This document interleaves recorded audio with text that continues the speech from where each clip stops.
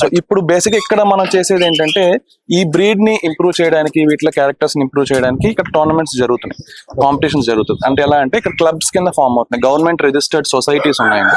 For example ఇక్కడ మన కాకినాడ, రాజమండ్రి, మండపేట, రామచంద్రపురం ఈ ఏరియాస్ ని కవర్ చేస్తూ మీకు గోదావరి హోమింగ్ పిజన్ సొసైటీ అని చెప్పి ఫామ్ చేయడం జరిగింది 2018 లో.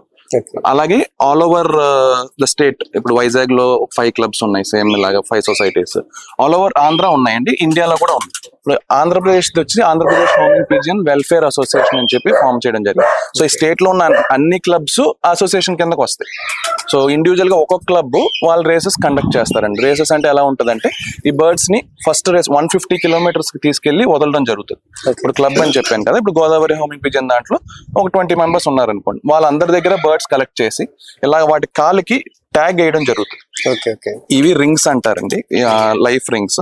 వీటి మీద ట్యాగ్ వేయడం జరుగుతుంది. ట్యాగ్ వేసి ఇవన్నిటిని ఒక కామన్ బాస్కెట్ లోకి పెట్టి దాన్ని సొసైటీ క్లబ్ తరపు నుంచి ట్రాన్స్పోర్ట్ చేస్తాం.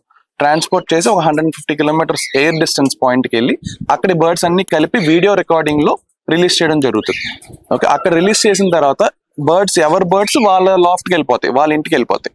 సో బర్డ్ వచ్చిన టైంని బట్టి, డిస్టెన్స్ ని బట్టి వెలాసిటీ క్యాలిక్యులేట్ అవుతుంది.